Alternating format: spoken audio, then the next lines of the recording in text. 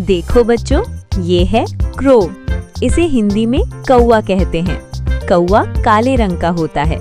ये बहुत समझदार पक्षी माना जाता है। ये फल, अनाज और बचा हुआ खाना भी खा लेता है। अब देखो बच्चों, ये है पैरट। इसे हिंदी में तोता कहते हैं। तोता हरी रंग का सुंदर पक्षी होता है।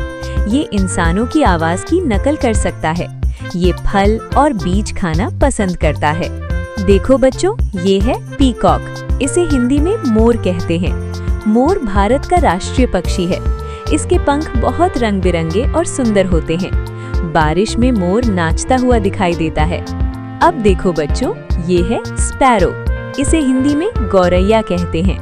गौरैया छोटी सी प्यारी चिड़िया होती है। ये घरों के पास रहती है। ये दाना और अनाज खाती है।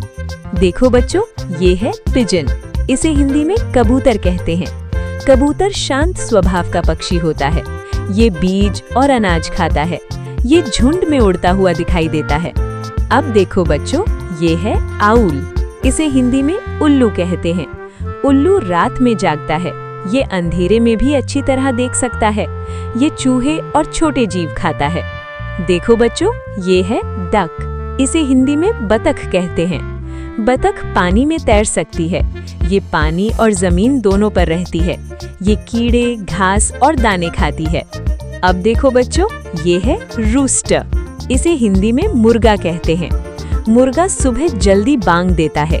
ये मुर्गी का नर होता है। ये खेत और घरों के आसपास रहता है। देखो बच्चों, ये है हैन। इसे हिंदी में मुर्गी कहते हैं। मुर्गी अंडे देती है। ये जमीन पर चलने वाला पक्षी है। ये दाना और कीड़े खाती है। अब देखो बच्चों, ये है कुकू। इसे हिंदी में कोयल कहते हैं।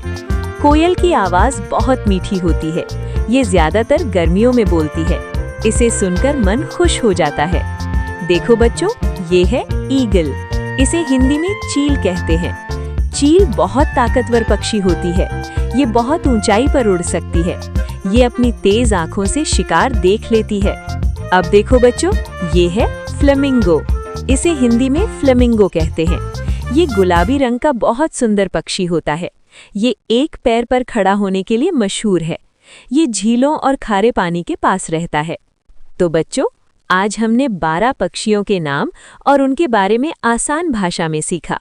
अगर आपको ये जानकारी अच्छी लगी हो तो वीडियो को लाइक ज़रूर करें और ऐसी ही मज़ेदार और आसान पढ़ाई के लिए चैनल को सब्सक्राइब करना मत भूलना।